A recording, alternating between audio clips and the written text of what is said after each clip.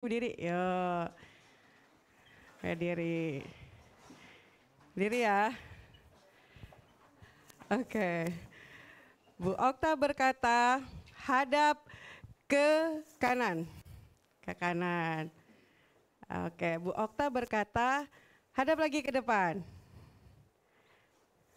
Oke. Ya, silakan duduk. Yeay. Bu Okta belum berkata ya. Oke, tapi mayoritas masih ini ya. Masih kirain udah selesai ya. Belum, udah pegal. Belum. Ya udah silakan duduk. Belum, Bu Okta belum berkata ya. Oke, Bu Okta berkata silakan duduk. Ya, tepuk tangan dong. Bu Okta belum berkata loh. Berarti belum konsentrasi masih nih. Oke, Bu Okta berkata permainan selesai. Silakan tepuk tangan. Ya. Oke, ini karena sudah muncul ya. Nih ya, ini materinya agak berat ini karena materi ini secara tidak langsung juga mengingatkan kembali saya gitu ya. Bagaimana sih sebenarnya tuntutan Islam bagi wanita berkarir? Saya akan mulai dengan slide pertama saya. Ini saya bagaimana caranya saya ada. Ya, saya akan memperkenalkan dulu tim Home 25 kami. Jadi kami menamakan grupnya itu Home 25 karena kebetulan nomor rumah kami itu nomor 25 gitu. Dan saya sekarang sudah memiliki remaja putra dan putri yang sudah beranjak dewasa, jadi sudah menggunakan gadget gitu ya. Jadi kita buat WhatsApp grup namanya Home 25. Di sini, nah ini dia. Ya boleh silakan di spill. Tapi kurang kelihatan kayaknya ya. Kelihatan nggak? Dari belakang kelihatan nggak? Atau yang sini matiin lampunya dikit, yang depan. Biar kelihatan. Nah ini dia tim Home 25. Saya perkenalkan. Ini bisa dimatiin aja? Yang slide-nya mungkin. Oh nggak bisa ya, karena mati semua ya. Oke, ya. Hah? Biasa dimatiin kan, karena kurang kelihatan kan. Saya udah wajah kami gelap-gelap gitu kan. Lagi, oke. Tapi memang kualitas fotonya juga mungkin ya kurang baik ya. Ya, suami saya juga seorang dokter dan dulu lucu ya karena waktu itu pertama kali saya dulu kuliahnya di UI, tapi karena tsunami 2004, saya di semester akhir waktu itu ya. Saya bersama tim, kebetulan saya juga pengurus BEM, jadi saya 3 hari pasca tsunami saya ke Aceh. Saya orang Aceh juga, bapak orang Aceh, ibu orang Bandung. Cuma saya besarnya di mana-mana, saya lahir di Bandung gitu ya. Blasteran lah. Nah kemudian ketika saya ke Aceh, saya bersama tim dari BEM itu kan men-set up emergency response ya tim.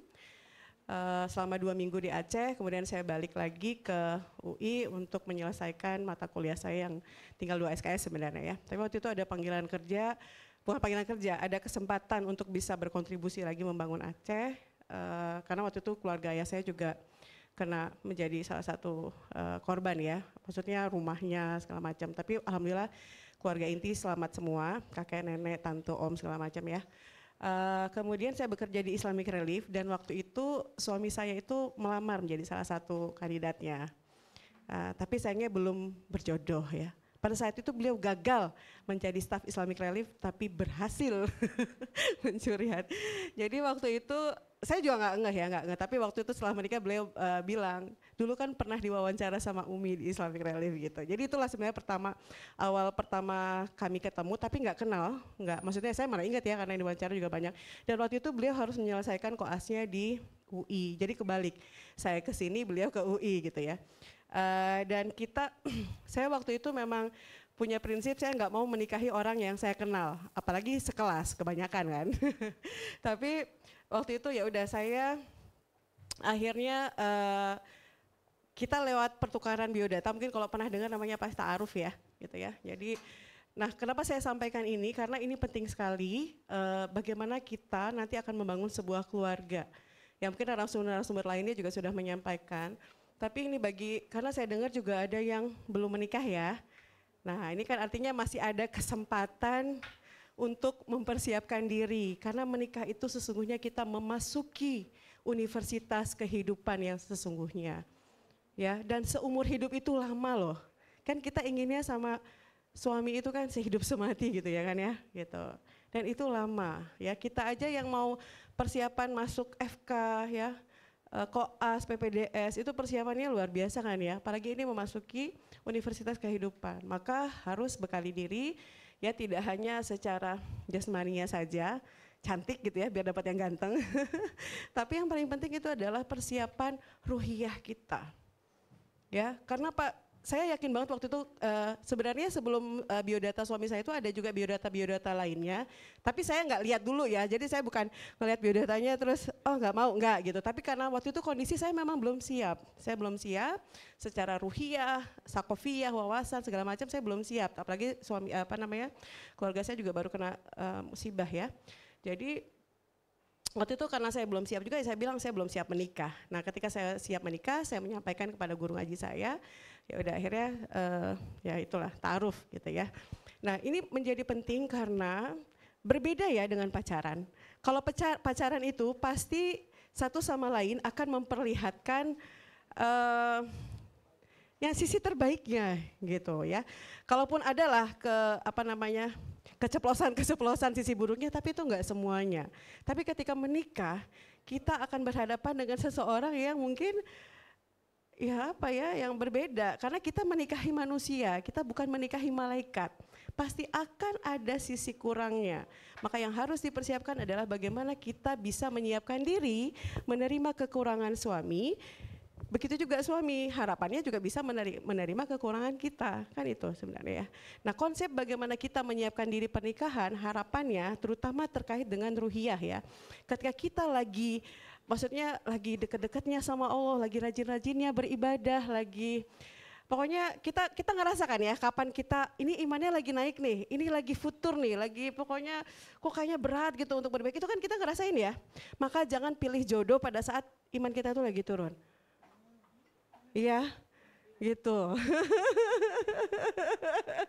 Jadi kalau lagi deketnya segala macam terus ada yang nyamperin, nah itu bisa jadi mungkin pertanda gitu ya. Pertanda mungkin jangan-jangan memang itu jodoh. Dan kita yakin gini seperti ini. Ketika ya kan pasti pada saat kita menetapkan, karena kan tadi kita inginnya ini seumur hidup ya kan ya.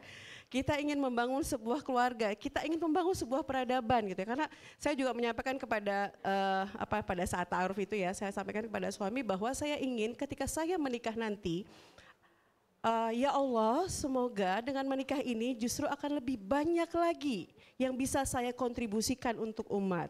Jadi suami saya juga udah tahu dengan misalnya visi saya seperti itu, berarti ini orang nggak bisa maksudnya nggak bisa hanya cuma dengan diam di rumah gitu ya.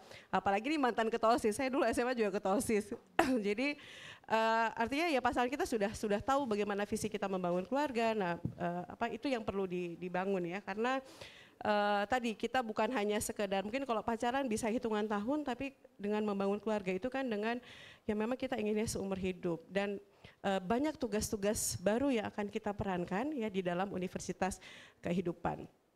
Nah jadi perjalanan saya cukup saya pengen sekali menulis buku tapi belum ada kesempatan untuk itu, tapi mudah-mudahan nanti ya, karena saya ingin berbagi cerita, inspirasi yang saya sebenarnya juga terkaget-kaget ya dengan begitu indahnya skenario yang Allah sudah siapkan buat saya melalui kegagalan demi kegagalan yang saya hadapi. Waktu itu saya mungkin nggak kebayang seorang Okta akan seperti ini gitu ya, tapi ternyata itulah ya hikmah.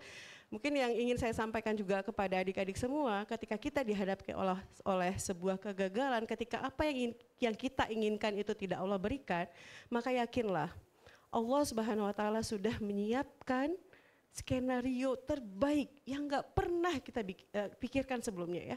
Saya jadi dosen tuh ya Allah kayaknya nggak pernah lah ada bayangan ya. Teman-teman saya pas tahu Okta jadi dosen kok bisa? Dulu kuliahnya saya tukang demo, saya lobby dosen biar nggak ada kelas gitu ya. Nilai ya yang penting C nggak ngulang itu udah alhamdulillah gitu ya. Kalau sekarang nilai mahasiswa dapat nilai AB aja udah ini ya komplain ya. Kok saya dapatnya AB gitu ya. Nah gitu. Jadi nah tapi ternyata tadi di balik kegagalan-kegagalan itu Allah sudah siapkan skenario terbaik.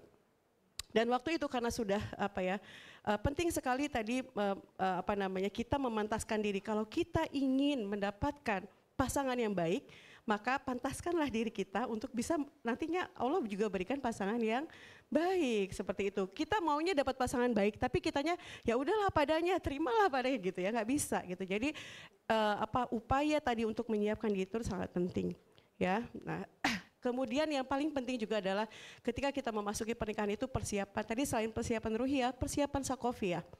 Itu sangat penting. Kenapa? Kemarin saya juga baru diminta mengisi di mengasih motivasi ya untuk anak-anak SMA di Man Model. Jadi ada peserta yang menanyakan bagaimana fenomena orang tua durhaka gitu. Serem ya dengarnya orang tua durhaka gitu kan ya. Nah, dan kita banyak juga ya melihat berita-berita, mendengar berita-berita tentang ya tadi ya misalnya orang tua melakukan kekerasan kepada anaknya, orang tua menelantarkan anaknya. Banyak keluarga-keluarga yang gagal karena tadi persiapan sakofiyahnya itu juga tidak memadai karena hanya modal cinta gitu ya. Maka ya udah melaju ke jenjang pernikahan. Padahal tadi ya untuk memasuki universitas kehidupan yang sesungguhnya bekal itu sangat penting. Tapi bukan berarti udah dapat udah nikah terus selesai gitu persiapannya, enggak. Proses pembelajaran namanya juga universitas kehidupan kan ya, kita nggak akan lulus gitu ya, maka akan terus belajar. Saya sekarang dihadapkan dengan fase mendidik anak-anak saya yang sekarang sudah masuk kuliah gitu ya. Jadi kalau anak Bu Okta ini komplit dari jenjang TK, SD, SMP, SMA, kuliah itu ada. Jadi kalau butuh responden ini komplit gitu ya. Nah jadi artinya kita juga harus belajar kayak ketika misalnya anak memasuki usia balik, itu kita harus belajar bagaimana berhadapannya.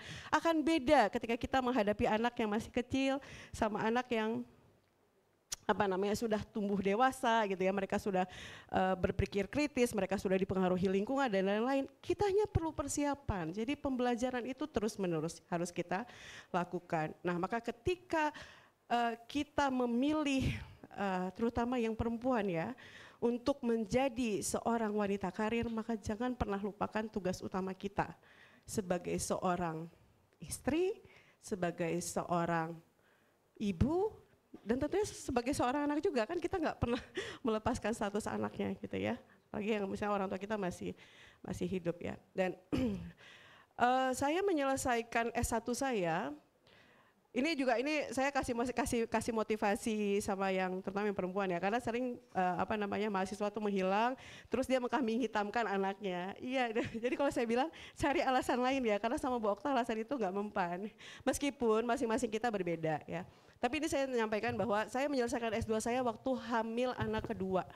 Jadi saya ngumpulin data, dulu saya belum bisa naik mobil, naik motor nggak dikasih suami karena tahu ini pembalap nih membahayakan dirinya dan bayi di kandungannya gitu ya. Jadi saya naik labi-labi, dulu masih ada labi-labi kan ya di sini ya. Oh ya, kok Bu Okta kuliah di UI terus naik labi-labi di sini. Saya pindah, saya resign dari UI. Nah itu ya tadi ya skenario Allah yang lain karena saya udah merasa kok kayaknya sulit gitu. Saya sempat bulak-balik karena saya udah kerja di Islamic Relief itu dapat RNR. Pulang pergi ke ke Jakarta, tapi UI kan 80% harus kehadiran, harus ini ya, kalau nggak bisa ikut ujian saya nggak boleh ikut ujian, sudah se-effort itu saya nggak boleh ikut ujian, akhirnya ya udah ketemu dengan Kaprodi di sini, ya udah kenapa nggak pindah aja? Oh iya, akhirnya pindah. Makanya saya menyelesaikan 20 SKS-nya itu di sini karena ada konversi mata kuliah yang berbeda antara UI sama USK gitu. Nah balik lagi ya, saya menyelesaikan S1 saya dalam kondisi hamil anak kedua, saya lagi skripsinya, waktu tesis saya lagi hamil anak keempat, waktu disertasi saya lagi hamil anak ketujuh. Jadi Bu Okta ini menyelesaikan tugas akhirnya dalam kondisi hamil. Kalau kata teman-teman gini, ya iyalah Okta enak, kenapa yang mikir dua kepala gitu.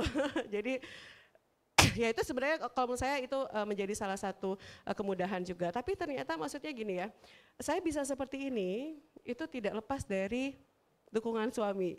Jadi kalau Bu Oktanya bisa seperti ini, suami saya tuh jauh-jauh lebih luar biasa gitu ya. Dan justru beliau yang memotivasi saya. Saya tuh dulu nggak kepikiran jadi dosen. Saya mikirnya, saya kan bekerja NGO ya, saya kerja di international NGO, saya kerja di UN.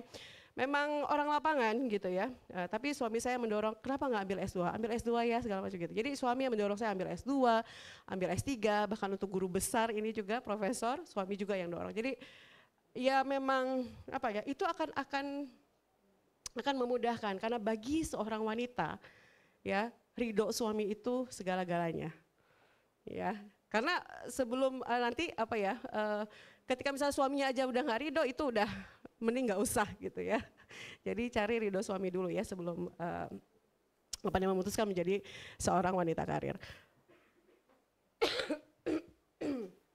Oke. Nah, jadi ini perkenalan keluarga kami dan ini juga kenapa Bu Okta akhirnya anaknya banyak. Kita ikut program pemerintah juga, bukan 2 anak cukup, tapi setiap 2 tahun ada anak. Jadi ini memang jaraknya tuh 2 tahun, 2 tahun, 2 tahun. Jadi bagi Bu Okta alhamdulillah juga ya, ini juga memang kemudahan rezeki dari Allah ya. Saya maksudnya hamilnya, melahirkannya itu juga alhamdulillah selalu Allah mudahkan. Mungkin karena nggak bisa diem orangnya, jadi lahirnya juga cepat. Yang stres itu bidannya. Jadi kalau udah ngeliat muka saya, cepet, kakak ini cepat lahirannya gitu. Padahal saya cuma mau periksa ini udah bukan berapa gitu ya. Dan memang selalu ketika misalnya bidannya bilang, oh ini nanti pagi lahirannya gitu. Enggak, tengah malam langsung gitu. Jadi memang yang bikin yang traumanya itu justru bidannya gitu ya, dokternya. Dan ini juga dulu suami saya sempat mau ngambil PPDS, 2 tahun juga di sana ya, ada pembekalan bahasa di Taiwan. Jadi kami LDR-an 2 tahunan. Jadi memang kami pernikahan ini diwarnai LDR-an yang cukup lama sehingga banyak anak. Jadi karena jauh kan, jadi ketika ketemu tuh memang benar-benar quality time banget gitu ya. Jadi gitu kan. Jadi 2 tahun di Taiwan, kemudian karena sulit ya di sana tuh ada schooling test yang suami bilang yang gak lulus, padahal paginya ke rumah sakit, siangnya les bahasa segala macam itu udah dilalui selama 2 tahun.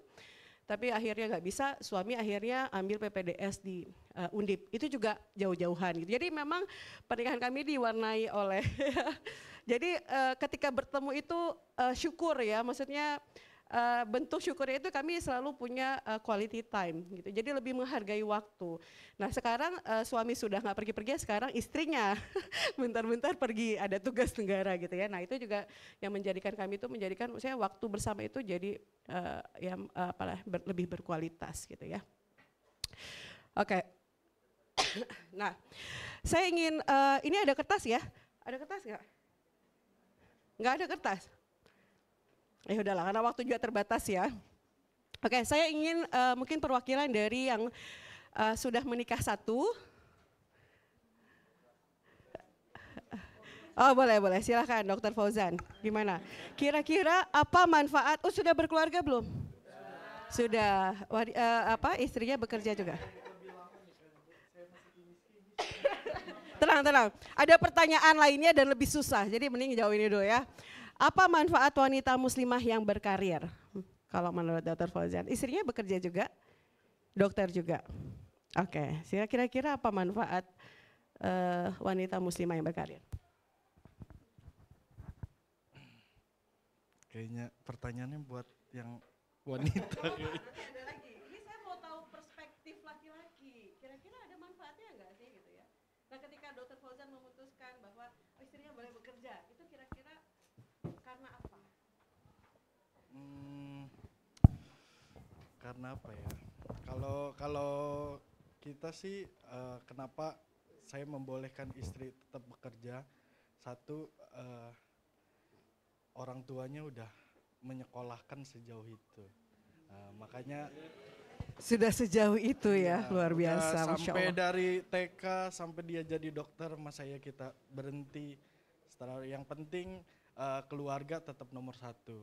Makanya ketika saya memutuskan untuk bekerja, yang penting dia produktif, enggak diam diri di rumah aja. Yang penting urusan masalah keuangan semuanya tanggung jawab laki-laki. Luar biasa. Beruntung sekali istrinya Dr. Fauzan ya. Iya, insya Allah ini istrinya Dr. Fauzan juga adalah calon-calon wanita sukses ya. Yang belum menikah siapa? Belum menikah? Oke, ya silakan. Ini belum menikah yang kedua atau? Ya silakan. Ada rencana menikah? Belum. Enggak, kalau dari perspektif yang belum menikah, kira-kira ada manfaatnya nggak sih muslimah berkarir? Ada dokter. Kayaknya. Ada apa manfaatnya? Contoh kayak istri pojan. Udah pernah ketemu? Oh, belum. Ya gimana? Ya kalau misalnya dari pandangan saya yang belum nikah mungkin yaitu kalau si wanita kan dari kecil udah disekolahkan oleh orang tuanya. Jadi kalau misalnya nanti udah menikah malah disuruh nggak bekerja, jadi ilmu-ilmu dia itu nggak berkembang gitu dok, dan nggak produktif juga di kedepannya. Asal tahu batasannya, misalnya ya nggak terlalu over kerjanya, ada batasannya untuk keluarga dan pekerjaan gitu dokter. Oke, baik, terima kasih banyak. Dokter siapa namanya tadi? Farhan ya, Dokter Farhan. Oke, kita next karena ini waktunya terbatas ya. Kita next ke pertanyaan kedua. Oh, di saya ya. Ada yang lebih lama, ada yang lebih senior ya? Oke, ini saya tanya, kalau yang tadi sengaja saya tanyakan kepada yang laki-laki, ini saya tanyakan kepada yang perempuan. Kira-kira apa tantangan terbesar wanita muslimah yang berkarir saat ini? Nah, mana yang sudah berkeluarga, yang senior? Ah, boleh deh, yang senior ya, senior. Senior semua nih ya. Siapa? Ada? Coba di-spill dulu siapa yang sudah senior. Soalnya ini wajahnya wajah-wajah awet muda semua. Sama semua nih. Oh, oke, ya silakan. Dokter siapa? Dokter Ina. Oh Rahmi, oke. Gimana? Kira-kira apa tantangannya? Untuk saat ini tantangan terbesar. Udah berapa tahun menikah? Sudah 8 tahun. Oh Dok. Masya Allah. Iya seorang senior ya. Kirain masih gadis. Iya boleh. Apa tantangan terbesar ya? Tantangan terbesar muslimah yang berkarir saat ini, kalau untuk saya sendiri karena jauh dari pasangan ya dokter ya. Oh di mana suami? Keluarga di Medan dokter. Oh ini calon-calon anak banyak juga nih. Karena jauh-jauhan. Amin. Oh karena itu ya. Kemudian apa lagi? Dan sehari-hari kan bertemunya dengan lawan jenis. Jadi banyak ujiannya ya. Enggak juga. Tapi tetap suami paling ganteng ya. Paling ganteng. Paling ganteng. Oke, yang belum menikah? Oke, silakan. Dokter Sarah, siapa? Dokter Sarah ya? Ya, Dokter Sarah. Ada rencana menikah? Ada insya Allah. Oh, boleh berarti sama Dokter Farhan. Gimana? Apa kira-kira tantangannya? Tapi nanti kan ini udah pasti memutuskan untuk menjadi wanita karir kan ya. Kira-kira nanti tantangan apa yang akan dihadapi? Yang pertama mungkin kalau muslimah yang berkarir itu membagi waktu ya dokter ya, membagi waktu antara karir dan keluarga, itu yang tantangan utama yang paling besar. Terus selanjutnya tuh paling yang selain waktu itu ya apa ya namanya dokter, misalnya pun kita punya pasangan yang jauh, mungkin jarak ya dokter ya, mungkin ya seperti itu dokter. Terima kasih dokter. Oke, berarti udah kira-kira udah tergambar ya tantangannya nanti yang mungkin timbul kalau mau memutuskan untuk berkarir. Selanjutnya yang terakhir, pertanyaan terakhir. Oh salah, oke. Nah, ini saya minta satu dari yang laki-laki, satu dari perempuan. Kalau yang perempuan kira-kira, oh ya yang laki-laki dulu deh. Kira-kira dukungan apa yang akan diberikan agar tetap harmonis dan sesuai syariat ya ketika memiliki pasangan yang memutuskan untuk berkarir. Yang di belakang nih, boleh yang di belakang. Masya Allah ada Dokter Aslinar. Ini lebih seru ada Dokter Nurkhalis. Kira-kira apa? Sudah berkeluarga? Sudah. Nah kira-kira apa nih dukungan yang diperlukan oleh istrinya? Istrinya berkarir? Insya Allah ya. Ya, kira-kira dukungan apa? Support sama apa ya? Mungkin pengertian kali ya, Bu. Support sama pengertian. Luar biasa. Beruntung sekali ya istrinya dokter siapa? Rashid. Ridho. Oke. Kemudian kalau dari sisi perempuannya, kira-kira dukungan apa nih yang diperlukan sebenarnya? Siapa yang ini? Dokter Maya. Gimana Dokter Maya? Kira-kira. Mungkin support. Suaminya dokter juga? Belum. Oh belum. Gak apa-apa, boleh. Insya Allah. Tapi ada rencana ya menikah ya? Ada. Boleh Dokter Farhan berarti ada 2, Dokter Sarah atau Dokter Maya ya? Ya, kira-kira. Mungkin support biar bisa, mungkin kan kalau perempuan kayak tadi dibilang tantangannya harus bisa berperan ganda untuk karirnya dan untuk keluarganya. Mungkin bisa didukung untuk waktunya biar sama-sama pengertian. Jadi ketika pulang juga tidak dituntut untuk mengerjakan seperti mungkin yang tidak berkarir gitu mungkin dok, lebih ke waktunya. Oke, baik. Satu lagi deh berarti yang sudah berkeluarga. Di depan ya. Siapa? Ya, sudah berkeluarga? Belum semua ya? Hah? Ya ini? Oh oke, ini request nih, ini kayaknya udah sangat-sangat senior sehingga ya kira-kira apa yang dibutuhkan? Dukungan yang dibutuhkan oleh dokter siapa? Arifah. Dokter Arifah, dari suaminya.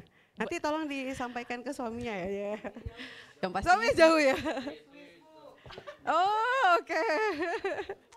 Kalau dukungan itu pastinya banyak ya. Kalau kita sebagai perempuan apalagi itu banyak permintaan gitu. Jadi yang sekiranya yang pastinya dari support emosional gitu.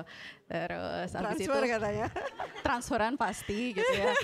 Terus pemahaman kayak gitu. Sama mungkin untuk mengatasi yang kayak gitu kita komunikasi aja sih dan beliau mengerti aja gitu.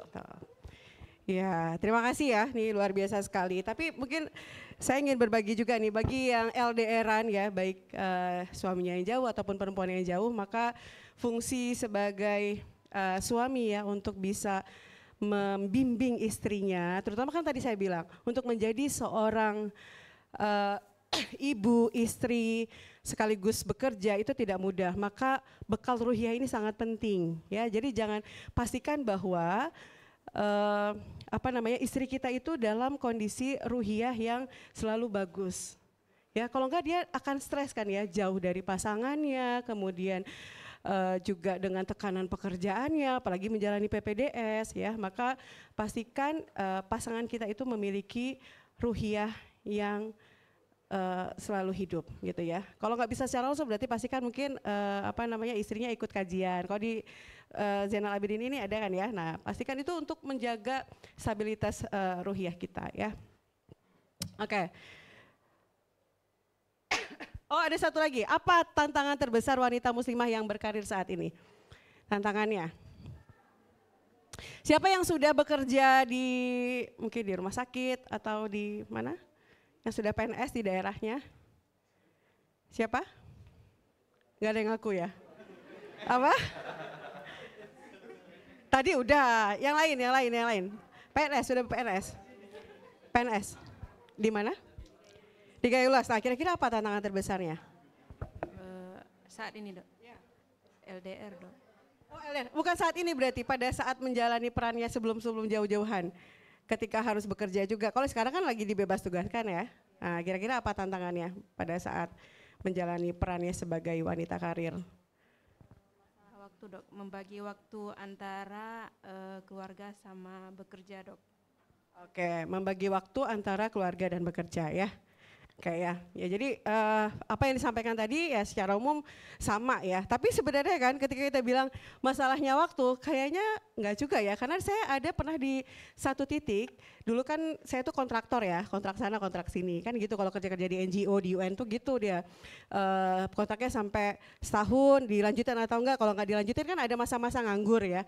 Tapi saya lihat semakin kita banyak waktu luang, semakin kita itu enggak produktif. Karena kita merasa ya udah waktunya masih panjang kok, nanti gitu ya.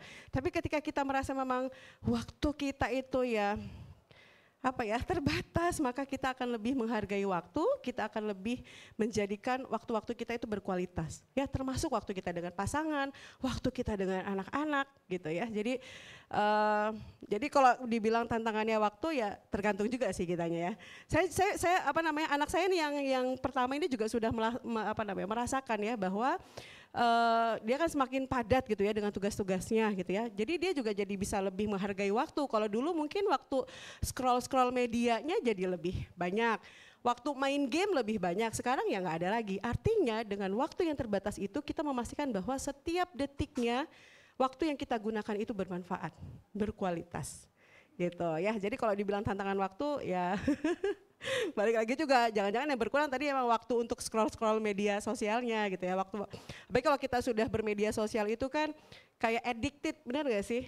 Ya kan? Bentar ngeliat gitu ya.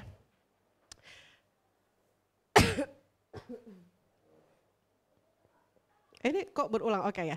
Nah jadi ini kita lihat bagaimana fenomena berkarir ya, karena semakin banyaknya wanita yang bekerja di luar rumah ya dengan berbagai alasan ya, tadi sudah disampaikan juga ada yang kaitannya dengan pendidikan dan juga profesionalisme, sudah capek-capek dibiayain sekolah gitu oleh orang tuanya dari TK sampai ke jenjang dokter gitu ya, atau tuntutan ekonomi keluarga ya, tidak jarang ya mungkin pasangannya sedang diuji dari segi ekonomi. Ya maka perempuannya ketika diberikan kemudahan ya untuk bisa membantu ekonomi keluarga, ini juga menambah ya fenomena wanita bekerja di luar rumah, atau kebutuhan aktualisasi diri gitu ya, bagaimana dengan dia bekerja itu tadi ya bisa memberikan manfaat lebih banyak lagi yang tentunya tidak meninggalkan tugas utamanya sebagai seorang istri, sebagai seorang ibu, sebagai seorang anak ya. Kemudian nah, tapi kita juga saat ini dihadapkan dengan pandangan masyarakat yang kadang-kadang itu kontradiktif ya. Saya kan punya anak banyak, yang susah itu bukan kami berdua, yang susah itu adalah menanggapi komentar-komentar orang di luar kami gitu ya. Jadi sampai ketika saya terakhir melahirkan anak ketujuh itu, habis ini udah ya gitu. Jadi kok ini yang besarin anaknya kami, yang merawat kami, yang ini tapi yang susah orang yang ngelihatnya gitu ya. Karena mungkin padahal yang menjalani itu kami, ya kan kita sudah tahu ya bagaimana komitmennya ketika harus punya banyak anak, yang istrinya juga bekerja gitu ya. Nah itu kan yang menjalani kami. Tapi kadang-kadang tadi kita tidak bisa menyenangkan semua orang. Kita hidup ini kan untuk mendapatkan keberkahan dari Allah Subhanahu Wa Taala. Maka kalau ada komentar-komentar miring itu ya dilewati saja. Nah, apa itu wanita karir? Ya, wanita karir itu adalah wanita yang menekuni profesi atau pekerjaan di luar rumah secara terus-menerus gitu ya. Nah, menurut Islam, wanita karir ini boleh selama tidak meninggalkan kewajiban utamanya. Pasti itu ya, fitrahnya sebagai seorang ibu, sebagai seorang istri, sebagai seorang anak itu harus menjadi fokus utama ya. Dan pekerjaan akan menjadi nilai ibadah jika diniatkan untuk membantu keluarga dan umat. Gitu ya. Jadi bukan berarti kita ingin lebih berkontribusi lagi terhadap umat gitu ya, tapi justru menelantarkan keluarga kita gitu ya. Itu yang kemarin ditanyakan oleh salah satu peserta yang saat saya mengisi siswa-siswa SMA gitu ya, karena katanya orang tuanya sibuk di luar rumah gitu ya, tidak ada waktu untuk bercerita, karena terutama untuk anak-anak yang memasuki dunia remaja itu mereka butuh didengarkan. Kadang-kadang kita nggak kasih solusi, kita dengerin aja tuh mereka udah puas gitu ya. Anak saya tuh yang laki ya, walaupun dia sudah sebesar tapi tetap aja saya melihatnya tetap anak saya yang masih kayaknya ya butuh saya gitu ya. Kalau bangun tidur dari lantai 2 turun ke bawah, Umi mana? Pulang dari mana-mana, Umi mana? Itu yang ditanya tuh Umi mana gitu. Karena ya nggak tahu ya, mungkin dengan begitu itu memberikan energi positif, motivasi buat dia menjalani hari-hari yang mungkin bisa jadi lebih berat gitu ya. Nah, kemudian bagaimana hukum wanita berkarir? Ya dia boleh tadi ya selama menjaga kodratnya sebagai ibu dan istri. Ya, kemudian juga selama pekerjaannya itu halal dan bermanfaat. Tapi ya ini akan menjadi haram jika seorang wanita yang memilih berkarir ini melalaikan kewajiban rumah tangga atau tadi tanpa izin suami ya, suaminya nggak ridho ya. Kemudian jika menyalahi syariat, ya misalnya bekerja keluar rumah tapi jadi mengumbar aurat gitu ya, dan berlebihan, terjadi ikhtilat campur baur antara laki-laki dan perempuan gitu ya, atau misalnya melakoni pekerjaan-pekerjaan yang haram. Nah, tadi ya bagaimana wanita ini juga memiliki peran dalam aktivitas sosial dan kemasyarakatan sebagaimana yang disebutkan dalam surat At-Taubah ayat 71, ya wal mu'minuna wal mu'minatu ba'duhum awliya'u ba'din. Dan orang-orang mukmin laki-laki dan perempuan artinya punya kesempatan yang sama ya untuk bisa berkontribusi, untuk bisa memberikan yang terbaik bagi umat ya. Nah, sebagian mereka adalah penolong bagi sebagian yang lain. Nah, kemarin saya agak ini juga ya, kemarin pada saat ke pelaksanaan FIMA itu dari diskusi yang disampaikan oleh delegasi dari Afghanistan itu bagaimana mereka masih membatasi perempuan untuk menjadi tenaga medis ya, padahal kan di satu sisi itu menjadi sebuah kebutuhan ya.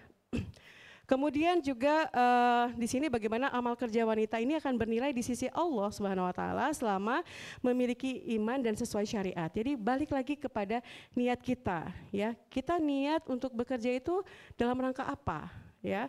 Tentunya dalam mendapatkan ridho dari Allah Subhanahu wa taala ya. Man amila shalihan min zakari aw unsa wa huwa mu'minun falanuhyiyannahu hayatat thayyibah ya walanaziyannahum ajrahum bi ahsani ma kanu ya'malun. Barang siapa yang mengerjakan amal soleh baik laki-laki maupun perempuan dalam keadaan beriman, maka pasti kami berikan kepadanya kehidupan yang baik ya, dalam surat An-Nahl ayat 97. Artinya tadi perempuan dan laki-laki ya ini punya kesempatan yang sama dalam beramal soleh, dalam mengumpulkan tabungan amal sebanyak-banyaknya untuk kehidupan akhirat. Nah, wanita boleh bekerja tetapi tetap menjaga kehormatan dan adab ya dalam pergaulan tadi ya, memastikan bahwa di tempat kerjanya tidak ada tadi ikhtilat, mencampur baur ya, kemudian tetap menjaga aurat ya, tidak dan berlebihan ya, maka ini akan menambah keberkahan demi keberkahan ya dalam pekerjaan kita.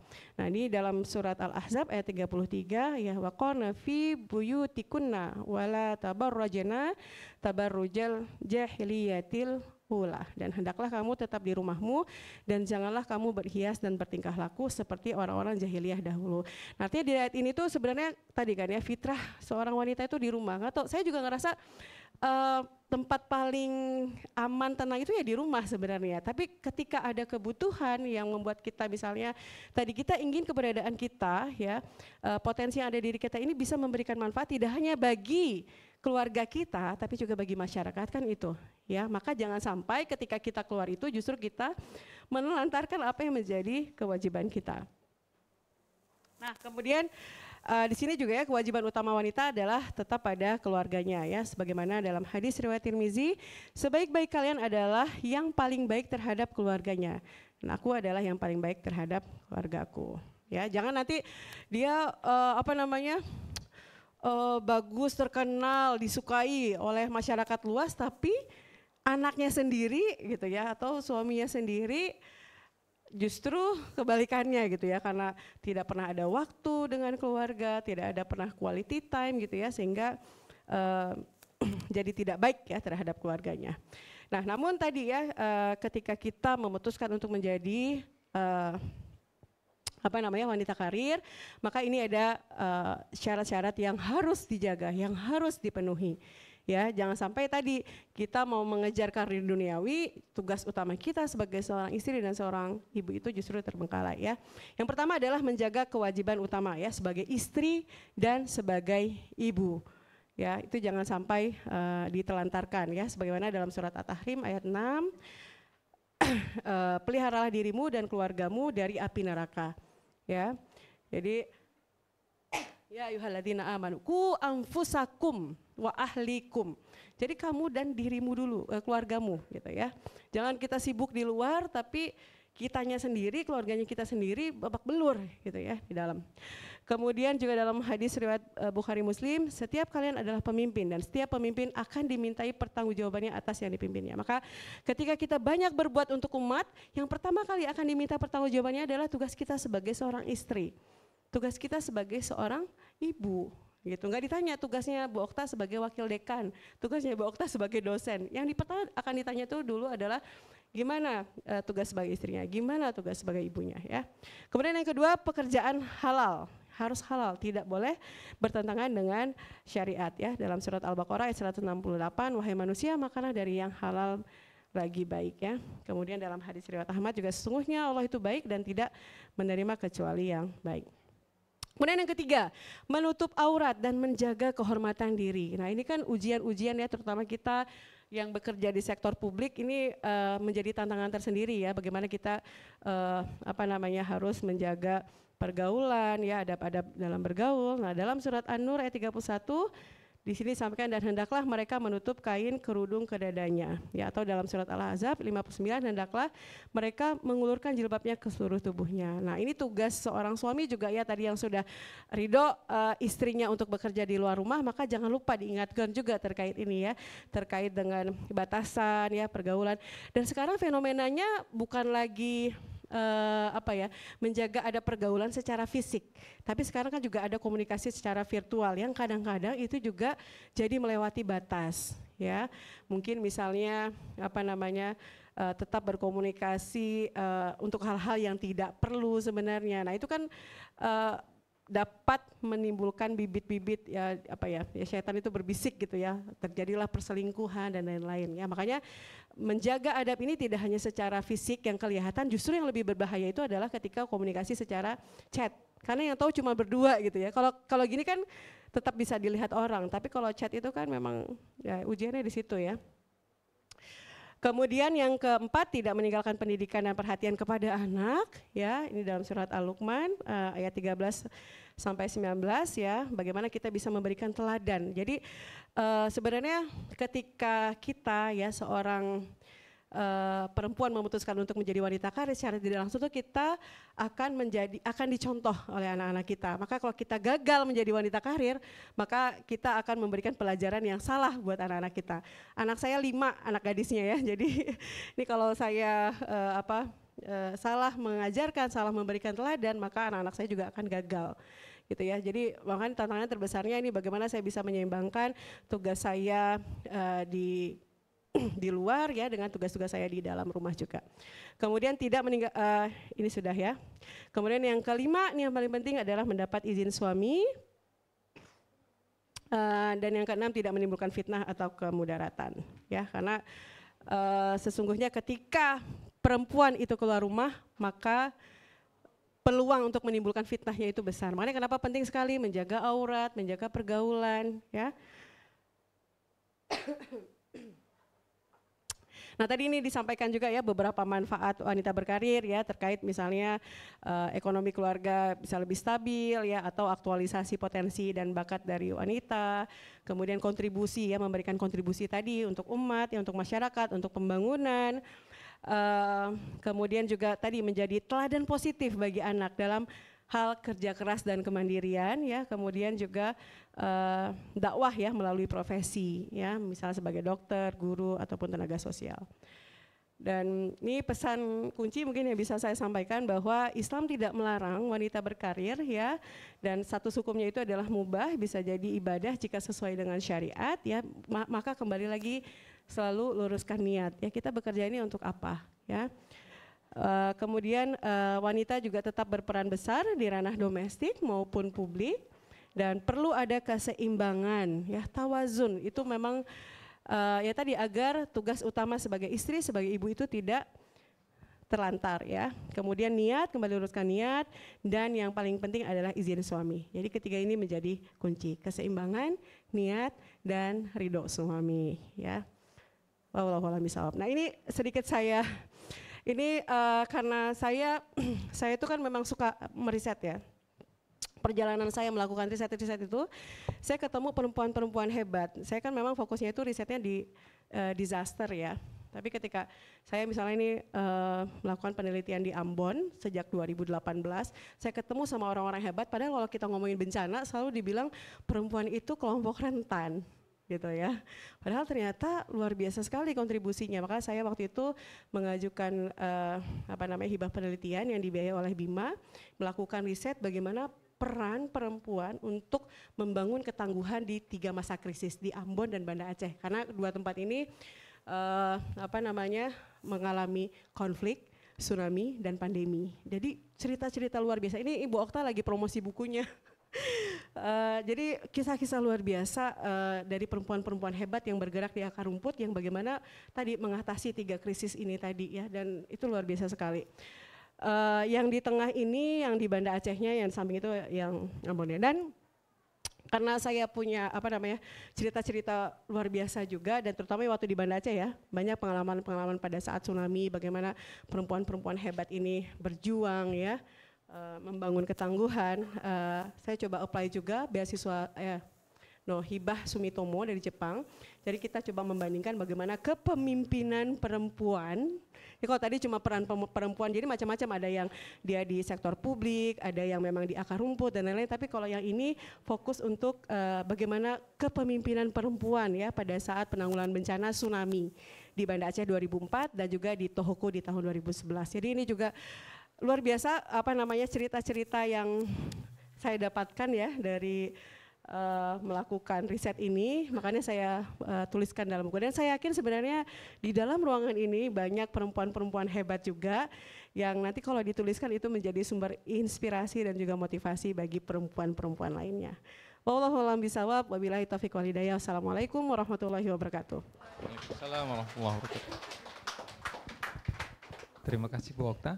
Kita masih ada waktu sekitar 7 menit untuk sharing atau diskusi. Saya persilakan jika ada yang ingin bertanya. Oh, jauh ke belakang. Ada lagi? Kita ke belakang dulu ya.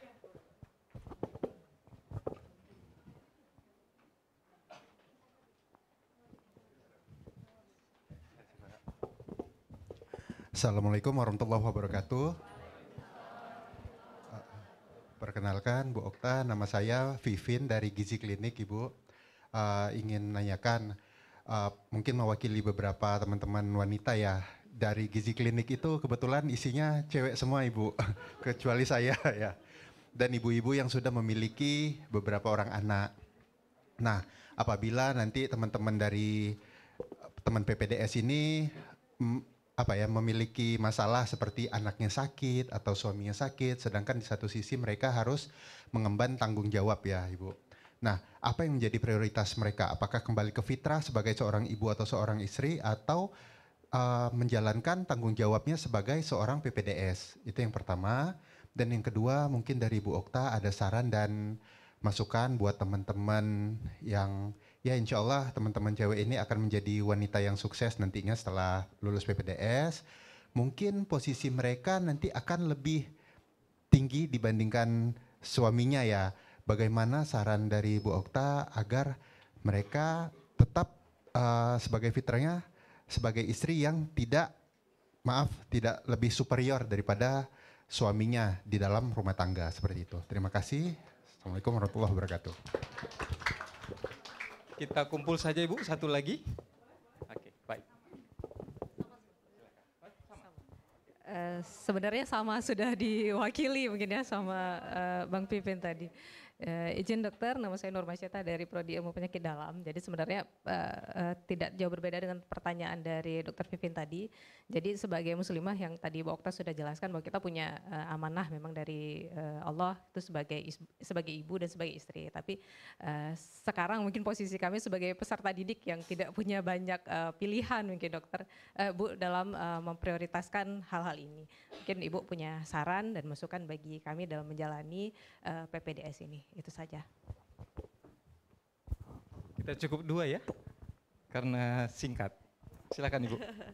Baik, terima kasih. Ini pertanyaannya sulit ya dari Dr. Vivin dan Dr. Nur Masyitah ya. Ya memang ini kondisinya mungkin berbeda ya ketika kalau kita bekerja dengan menjalani stase PPDS, artinya memang ya kita harus mengikuti aturan. Ada yang misalnya kalau kita nggak masuk berapa kali jadinya juga menjadi catatan atau harus mengulang dan lain-lain, maka pastikan, makanya ini sebenarnya harus didiskusikan oleh suami dengan bersama pasangan ya, bahwa konsekuensi ini yang akan mungkin dihadapi. Kalau misalnya pasangannya dokter mungkin akan lebih mudah ya, karena jadi bisa lebih paham, bisa kasih support dan lain-lain. Nah ini yang akan menjadi tantangan itu ketika mungkin pasangannya yang bukan dokter ya. Nah ini jadi pastikan dulu pasangan kita itu ya siap tadi memberikan support segala ketika kita menjalani peran sebagai mahasiswa PPDS ini ya. Kemudian saya juga bisa, waktu saya ditinggal sama suami gitu jauh-jauhan dengan anak rapat-rapat itu kan ya, apalagi satu, saya bilang kan susah memang menjadi ibu 3 anak, tapi jangan berhenti di 3 anak. Karena di 1, 2, 3 itu kita masih belajar jadi orang tua, masih belajar gitu kan, masih banyak ini. Tapi kalau udah 4, 5, 6 itu karena kita sudah terbiasa jadi akan lebih mudah sebenarnya. Tapi di awal-awal itu kan susah banget, tapi makanya perlu ada supporting system yang mendukung ya. Ini juga saya nggak bisa menyampaikan juga karena saya tidak mengalami ya, maksudnya karena waktu itu suami justru yang sana. Tapi beliau juga susah sebenarnya ketika misalnya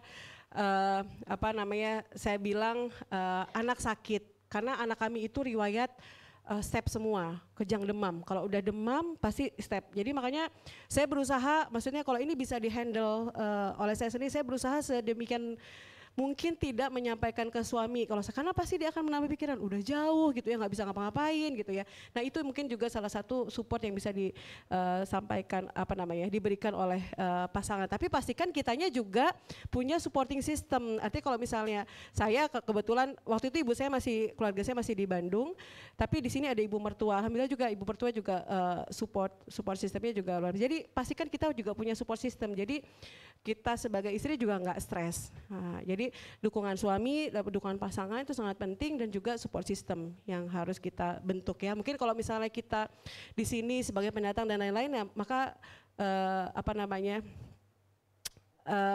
sama tetangga itu ya. Mungkin kalau di era zaman sekarang ini sulit sekali kita bisa menjalin hubungan yang intens ya dengan tetangga ya, tapi itu harus, karena mau nggak mau ketika ada kesulitan apapun, apalagi berjauhan ya dengan keluarga, dengan pasangan, maka kita harus punya tadi support system tadi gitu ya, itu harus kita bangun. Maka sempatkanlah mengunjungi tetangga. Jadi memang bagaimana tetangga itu adalah keluarga terdekat kita, nantinya akan pasti memberikan support untuk kita, dan kita pasti akan butuh itu ya. Jadi 3 hal itu yang mungkin bisa saya sarankan gitu ya. Yang pasti paling penting itu adalah dukungan suami. Walaupun kalau misalnya kita di dalam kondisi anaknya kita ada di sini gitu ya, mungkin ya tadi pemahaman kepada pasangan, karena mungkin PPDS itu berbeda ya, harus minta izin itu mungkin agak sulit, tapi pastikan bahwa ketika kita meninggalkan rumah itu dalam kondisi anak kita itu ada yang menangani, jadi yang sampai ditelantarkan gitu ya. Kalau misalnya suami juga bekerja mungkin bisa ya tadi mencari support system yang bisa mendukung kita gitu, dan itu mungkin masing-masing orang akan berbeda ya.